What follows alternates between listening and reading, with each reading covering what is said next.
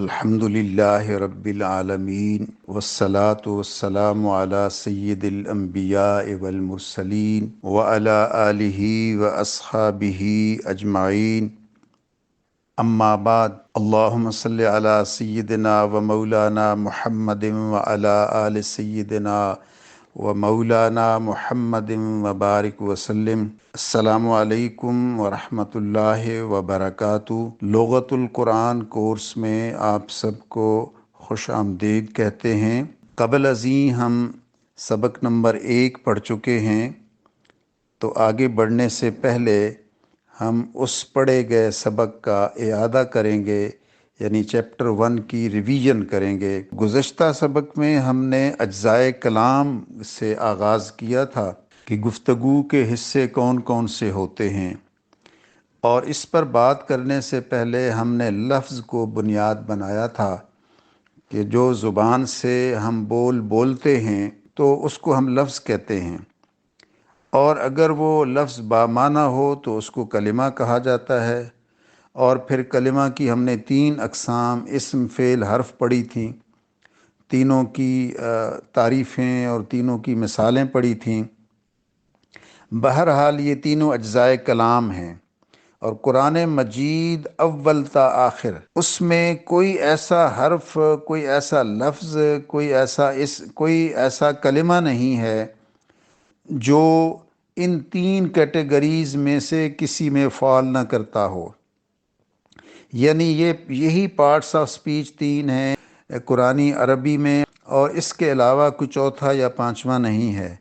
وہ تمام کلمات قرآن یا تو اسم ہے یا فعل ہیں یا حرف ہیں۔ تو اس کے بعد ہم نے ضمناً مصدر پڑھا تھا۔ مصدر میں بھی کسی کام کا کرنا یا ہونا پایا جاتا ہے، مگر اس میں کوئی زمانہ نہیں پایا جاتا، اور یہی فعل اور مصدر میں فرق ہے کہ زمانہ پایا جاتا ہو اور کام کا کرنا یا ہونا پایا جائے تو وہ فعل کہلاتا ہے، اور اگر کام کا کرنا یا ہونا پایا جائے مگر زمانہ نہ پایا جائے تو اس کو مصدر کہا جاتا ہے۔ تو اسی وجہ سے مصدر کو فعل میں شمار نہیں کیا جاتا کہ اس میں کوئی زمانہ نہیں پایا جاتا۔ اس کے بعد ہم نے اسم کی علامات پڑھی تھیں، تو 3 مشہور علامات ہم نے پڑھی تھیں۔ سب سے پہلی الف لام، کہ جب کسی کلمہ سے پہلے الف لام آ جائے تو وہ اسم کی علامت ہے، جیسے یوم سے الیوم، کتاب سے الکتاب۔ اور دوسری نشانی اس کی ہے کہ کسی کلمہ کے آخر میں 2 زبریں آ جائیں، 2 زیریں آ جائیں، یا 2 پیشیں آ جائیں، یعنی تنوین آ جائے، تو وہ بھی علامت اسم ہے، جیسے سمیعن، قدیرن وغیرہ۔ اور تیسری علامت اسم تائے تانیث بتائی گئی تھی، کسی کلمہ کے آخر میں گول تے آتی ہے وہ بھی اسم کہلاتا ہے، تو جیسے مسلمتن۔ تو یہ 3 مشہور علامات ہم نے پڑھی ہیں، تو مزید بھی علامات ہیں جو اگلے اسباق میں انشاءاللہ ہم جا کر پڑھیں گے۔ یہاں ایک بات نوٹ کرنا ضروری ہے کہ الف لام اور تنوین، یہ دونوں جو علامات اسم ہیں کسی ایک کلمے پہ اکٹھی نہیں ہو سکتی۔ جیسے المسلمن ہم کہیں تو یہ درست نہیں ہے، المسجدن کہیں تو یہ غلط ہے، یا تو ہم المسجدو کہیں گے یا پھر مسجدن کہیں گے، یعنی کوئی ایسا کلمہ جس پر الف لام بھی آئے اور آخر میں تنوین بھی آئے یہ ممکن نہیں ہے۔ اب ہم تھوڑا سا پریکٹیکلی اس کو اپلائی کرتے ہیں۔ قرآن مجید کی ایک آیت اس وقت ہمارے سامنے ہے، وَكَذَلِكَ جَعَلْنَاكُمْ أُمَّةً وَسَطًا۔ یہ جو امتن ہے اور وسطن ہے دونوں میں زبر کی تنوین ہے، لہٰذا یہ دونوں اسم ہیں۔ اس کے بعد فرمایا لِتَكُونُوا شُهَدَاءَ عَلَى النَّاسِ۔ یہ جو الناس ہے، ناس سے پہلے الف لام ہے تو گویا یہ بھی علامت اسم ہے۔ وَيَكُونَ الرَّسُولُ، رسول سے پہلے الف لام موجود ہے، یہ علامت اسم ہے۔ علیکم شہیدہ، شہیدن ہے یہ، اور آخر میں تنوین زبر کی موجود ہے، اس لیے علامت اسم ہے۔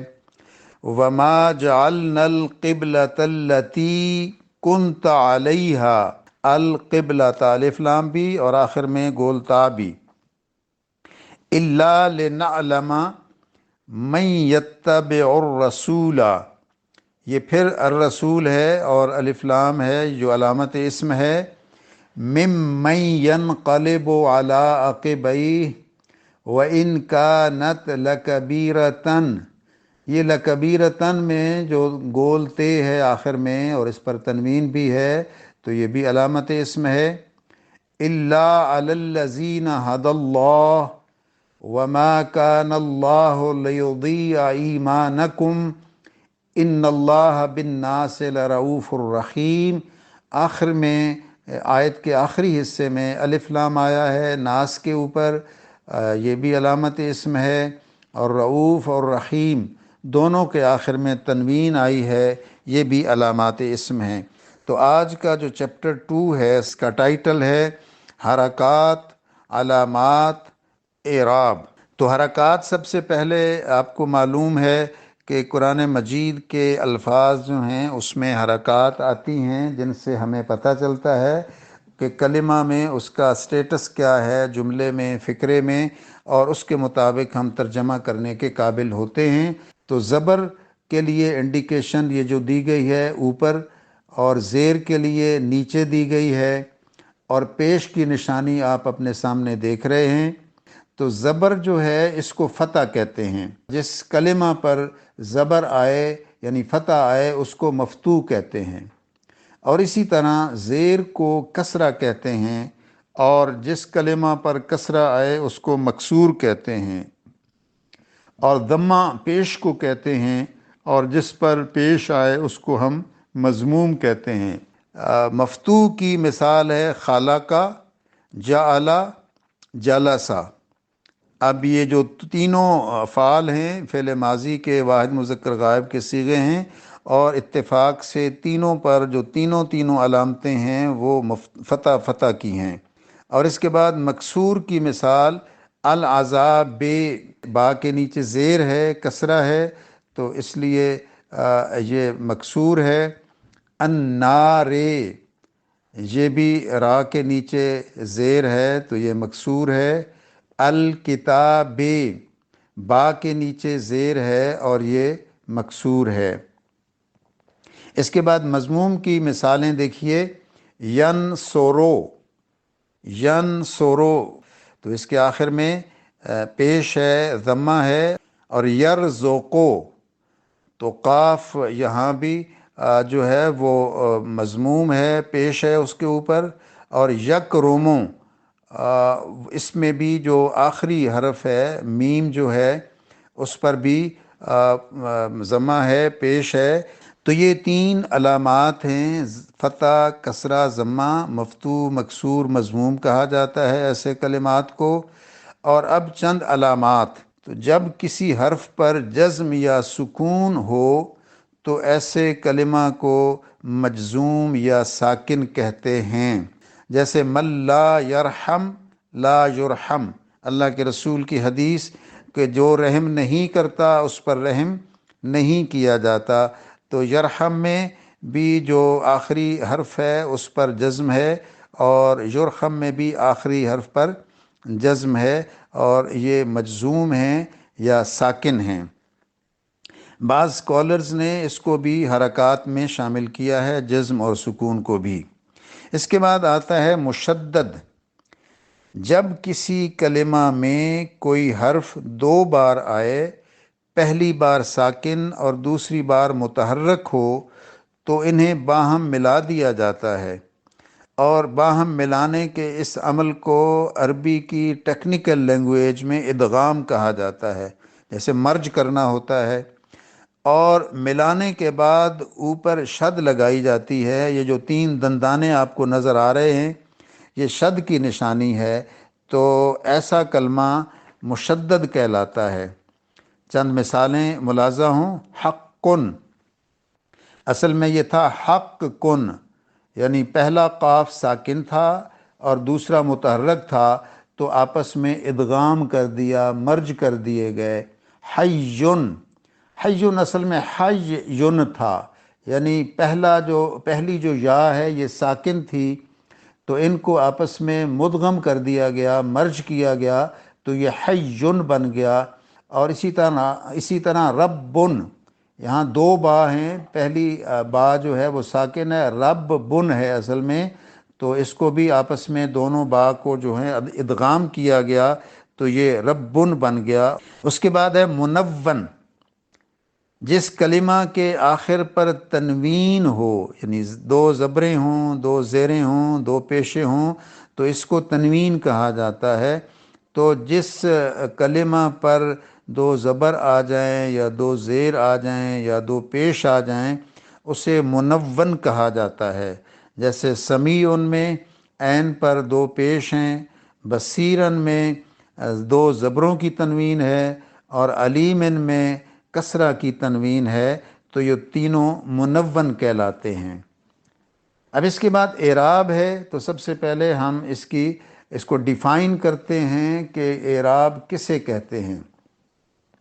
لغوی اعتبار سے کسی چیز کے ظاہر کرنے اور اسے بیان کرنے کو اعراب کہتے ہیں، جبکہ اصطلاحی مفہوم اس کا یہ ہے کہ عوامل کے مختلف ہونے سے کلمات کے آخر پر رونما ہونے والی تبدیلی کو اعراب کہتے ہیں۔ جیسے قرآن مجید سے یہ مثال لی گئی ہے، لما يدخل الایمان فی قلوبکم، لما يدخل الایمان، یہ جو یدخلی للایمان ہے یہ اصل میں تھا یدخلو، لام پہ ضمہ تھا، مگر کسرہ کیوں آیا کہ اس کے پہلے لما ایک عامل آ گیا۔ لما عامل ایسا ہے، حرف نفی ہے، اور جب یہ مضارع پہ داخل ہوتا ہے تو مضارع کے آخری حرف کو یہ سکون دیتا ہے، جزم دیتا ہے، تو یہ بن گیا لما یدخل۔ یہاں تک تو بات ٹھیک ہو گئی۔ اب آپ کا سوال ہے، اور ویلڈ سوال ہے، کہ جب لما یدخل ہے اور پیش کو اس نے جزم بنا دیا تو یہ لام پر زیر کیسے آ گئی؟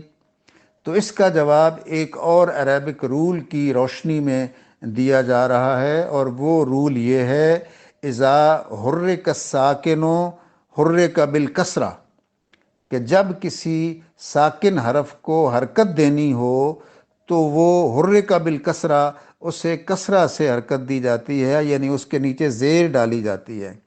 اب تھا تو یہ لما یدخل، مگر جب اس کے ساتھ ایمان کو ملانا تھا تو لازم تھا کہ لام پر کوئی نہ کوئی حرکت دیتے، تو عربی زبان کے اس قانون کے مطابق وہ ویلڈ حرکت کسرہ بنتی تھی، لہذا لام کے نیچے زیر آ گئی، تو اس طرح سے عامل کی وجہ سے جو پیش تھا وہ جزم میں تبدیل ہو گیا۔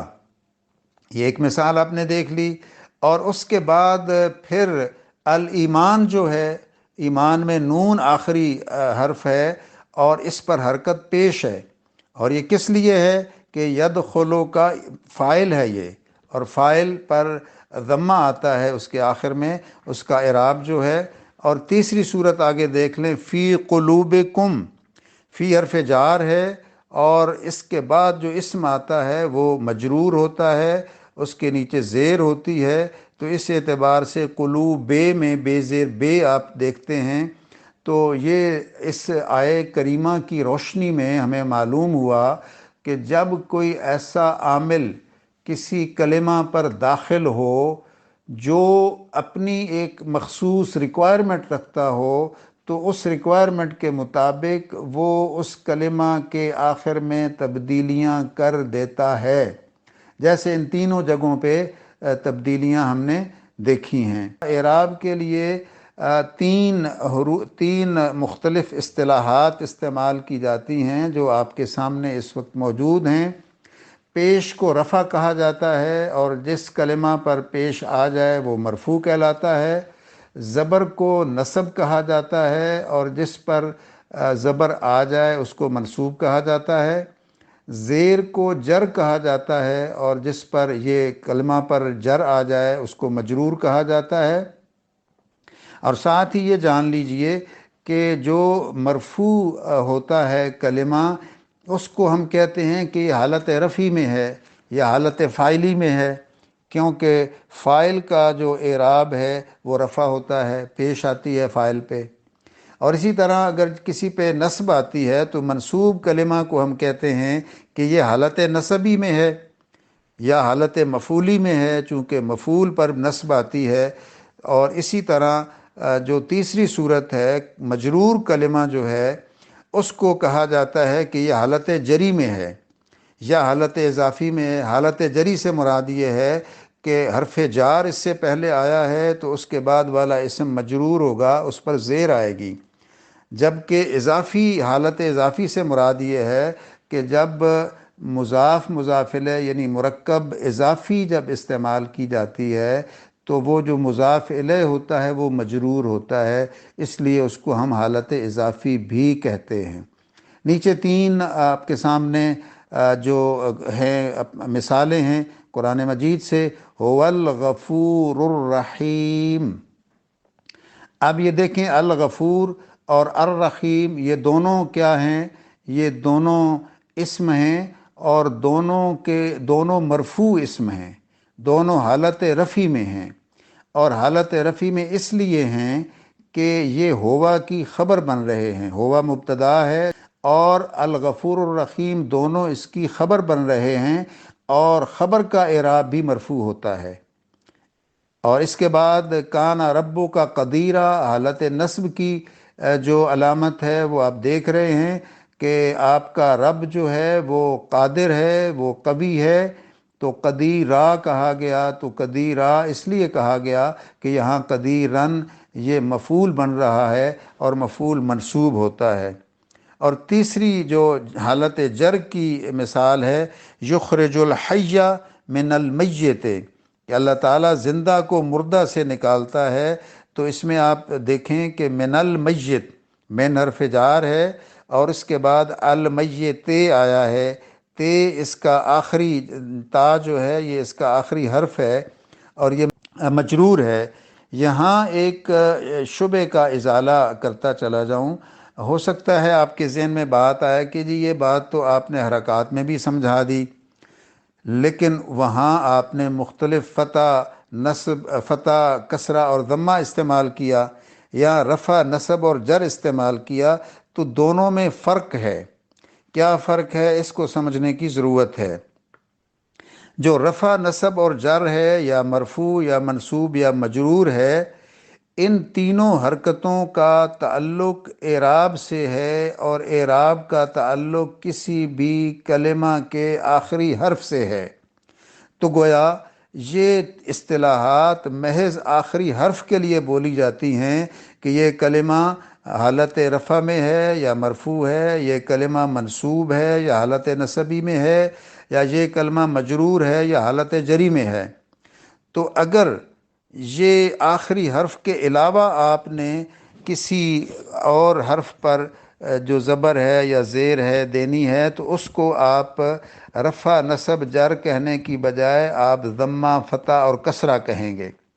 تو یہ دونوں اصطلاحات الگ الگ مقصد کے لیے استعمال کی گئی ہیں۔ اللہ کریم ہمیں صحیح طور پر قرآن مجید کو سمجھنے کے قابل بنائے۔ وما توفیقی الا باللہ، علیہ توکلت و الیہ انیب۔